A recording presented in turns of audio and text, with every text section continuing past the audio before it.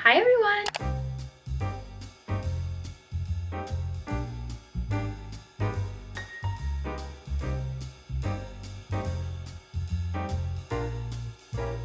Today I'm going to be doing a kind of overdue 2024 makeup wrap with all my favorite products from 2024. I'm going to do it a little bit differently though, because these are only going to be products that I'm also going to be bringing with me over to 2025. Because there's some products that I was using at the start of 2024 that I'm not going to be taking with me necessarily, so we'll skip those. I'm only going to be talking about those that I'm going to be using a lot during 2025, most likely. I got my little iced coffee here. I got this glass from my friend for Christmas. How cute is this? As book club. I've been reading so much lately, it's not even funny. I'm on my 3rd book of this year already. Let's get started. Got all the products right here, starting with brows as I always do. We've got the Benefit 24-hour brow setter. I kind of transitioned from doing laminated style brows at the start of this year to just using a regular brow gel, and I feel like that really changed the game for me. Those are kind of laminated soapy brows look so good on a lot of people. I'm not saying that I don't like them anymore, but on myself I think this year I kind of realized that natural brows suit me a lot better, and I don't actually look that good with like bigger or more defined brows. I honestly just look the best with my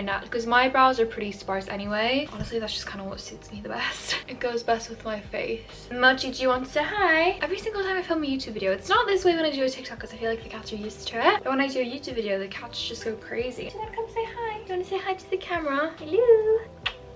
Okay, I'll let you go. For skin prep, my most used moisturizer of 2024 was definitely the Glow Recipe Plum Plump Hyaluronic Cream. This is such a good cream for underneath makeup. I also really love the Pink Juice Watermelon Moisturizer, but I feel like it's sold out a lot of the time. But this is unfortunately completely empty, and I don't have a refill. You guys have to excuse, I feel like my bra strap's gonna be on show for a lot of this video. You guys are just gonna have to excuse that. I'm gonna use my 3rd best option. This is still an amazing product, but I just have the other 2 that I absolutely love. It's the Charlotte Tilbury Magic Water Cream. It's a very similar consistency, as in it's like a very watery light moisturizer. I've got dry skin, so in the evenings I like to use a thicker moisturizer, but in the mornings for underneath makeup I just prefer a lighter moisturizer. For some reason I feel like it interferes with the makeup less, so I'd rather make sure that I'm really hydrated before I go to bed, and then right before I do my makeup I use a light moisturizer. Before we continue with the face, I need to mention the L'Oreal Glotion. Now I usually use this more as a body glow. It's obviously meant for your face. I do like it on the face as well, but I always reach for this as a body glow, and it is the best body glow that I've ever used, even though it's not technically a body glow. Unless I'm going somewhere super dressy, I don't want a glittery body glow, because I have that like NYX body oil one that I love, but it only really makes sense for when I'm doing like a really full glam, because it's so glittery that it is quite intense. This is perfect because it's not that intense. It's very natural, so it's a lot more easily wearable, if that makes sense. I just like kind of buffing it in the brush on my chest and on my shoulders. I usually use the medium shade, but if I need to add a bit of extra color I'll use the darker one. I feel like it's very subtle, but it adds like just such a nice glow and freshness to the skin, especially in photos. It makes such a big difference. Let's move on back to the face. I have to say my most used foundation in 2024 that I'm also going to be bringing with me onto the next year is the Giorgio Armani Luminous Silk. Now everyone, their moms, their grandmas, everyone knows about this foundation, and for good reason. It's so good. I'm almost out of this and I'm almost tempted to like try to save it as much as I can, but I'll use it for you guys in this video if there's anything left. I've got dry skin and this foundation's perfect for me, but I feel like it would honestly fit most skin types. It's not like overly glowy or overly matte. It's just like the perfect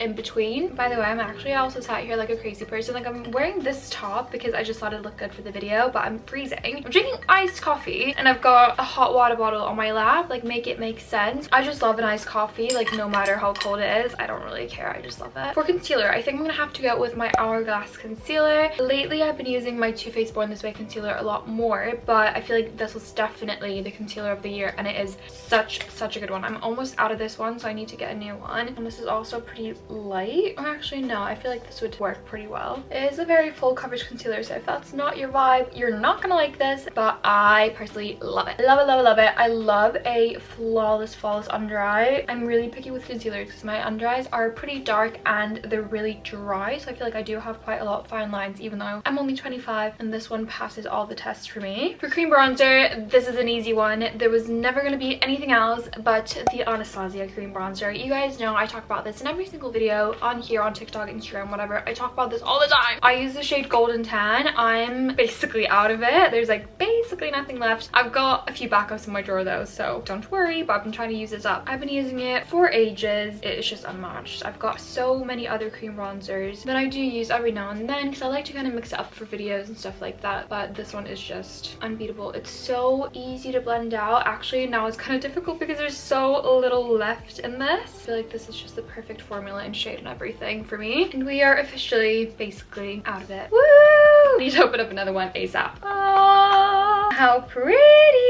I think 2024 was definitely the year of blush blindness, which I'm so here for. I love a lot of blush. You guys know this. I have to say my most used cream blush of 2024 was probably the Rare Beauty Happy Blush. It's a very, very pink blush and it's just amazing. I feel like 2024 was also just the year of Rare Beauty blushes, maybe 2023, but this one has not failed me since I started using it. You need the tiniest amount, so I'm probably never ever gonna run out of it, and it's just the loveliest pink. Now to set my face, there's no question about it, I'm gonna be using the Huda Beauty Easy Bake Powder in shade Pound Cake. Probably my most used loose powder ever. Any year. I started using this in like 2019, I think. It's incredible. I've tried a lot of loose powders, believe me. There is just nothing that compares to this one. I feel like this one is pretty undupable. I've never found anything that's similar. Lovely. On to powder bronzer. For powder bronzer, I don't really have one that's like my ride or die, the one that I use every single day, but I think my most used one of 2024 would definitely have to be the NARS Laguna 01 bronzer. Mine, it just keeps getting worse every time I open it. I don't use it anymore because it's so broken, but I wanted to like use it for this video, but I don't even think I can. Ooh, it's so busted. Maybe let's try to pick some up, but I honestly just need to throw this away at this point and buy a new one. But I do really like this bronzer. It's a really good one. It's like the perfect shade. It's the perfect amount of like pigmentedness for me. Does that make sense? Do you know what I mean? Like I hate bronzers where like nothing shows up, but I also hate when you like dab it and there's just like a brown streak on your face. I honestly just need to suck it up and buy a new one. I love licking my toes. Yummy. Let's make sure all the excess powder is dusted away from my under eyes. For powder blush, I wanted to go with either the Benefit Shelly blush, which I have right here, or the Rare Beauty blush in Cheer. I think I have to go with Cheer because I feel like this is going to be the one moving forward into 2025 that I'm going to be reaching for the most.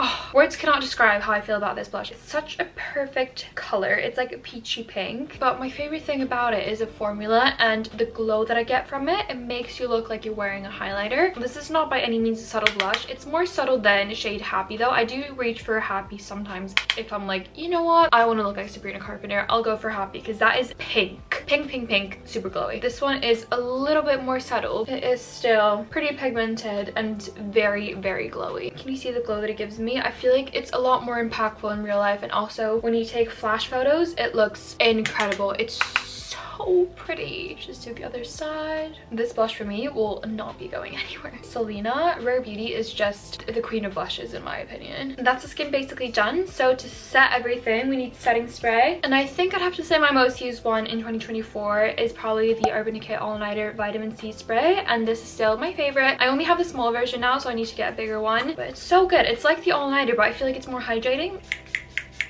I went to Disneyland Paris in, what was it, like beginning of March, end of February in 2024. It was raining the whole time, but I used this and we were going on the rides and everything and like in the rain, and my makeup stayed perfect the whole time. I think it's a combination of the Huda and this. Chef's kiss.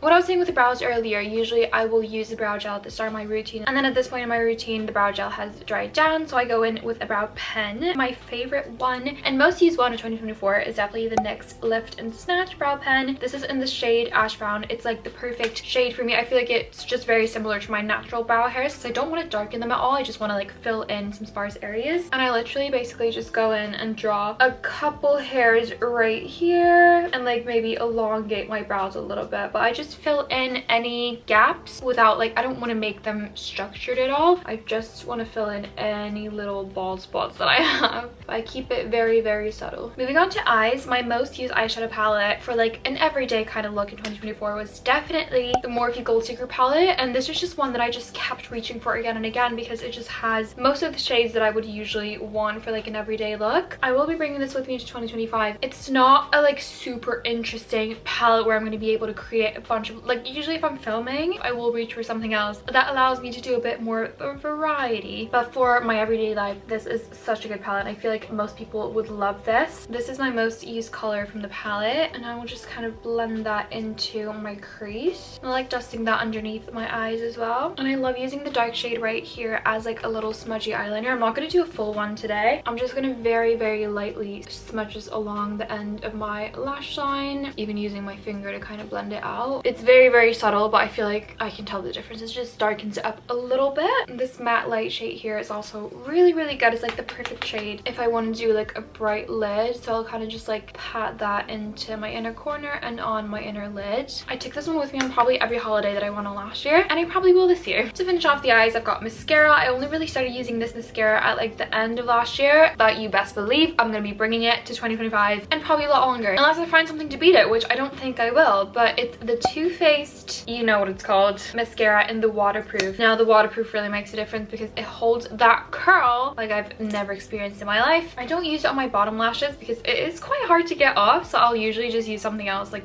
just anything that I have on my bottom lashes. But I'll start by curling my lashes, and I try to curl them a lot. I like a very curled lash. I posted a TikTok last summer, I think. It was trending at the time. It was like a video of me with my makeup, and it was like, oh, tell me what blindness I have, you know, expecting to get like blush blindness, whatever. I got bronzer blindness, which like fair play. Don't really care though. I love my bronzer. And then someone said lash blindness. Well, they said it in a way that like I had lash blindness because they weren't curled enough, which I don't know if that makes sense. And after that, I tried to find ways to make my lashes curl a bit better. And after I found this one, honestly, my lashes have never ever held a curl as well as after I discovered this. And I do use quite a lot of it because I do like quite a dramatic mascara look. That's just to me. You do you. For lips, there's only really one combo that comes to mind when I think of my most used 2024 lip combos. Firstly, Anastasia lip liner in shade Mocha. Now basically the only lip liner I use. I need like 500 backups of these because it's just the perfect shade for me. I don't like lip liners that are too brown, too pink, or too orange, and this is just the perfect one. Also, it's wooden, so you can sharpen it, which I love. I don't really like the ones that use true. I feel like you just can't get them sharp enough. And then we've got the Rimmel Thrill Seeker Glassy Gloss. This is in the shade Pink Candy, but to be honest, I like all of the kind of like lighter, more neutral pinky shades. Even like the red one I really like. These are so underrated, honestly. They're like some of the glossiest glosses without being sticky that I've ever used. They're so smooth, but they're so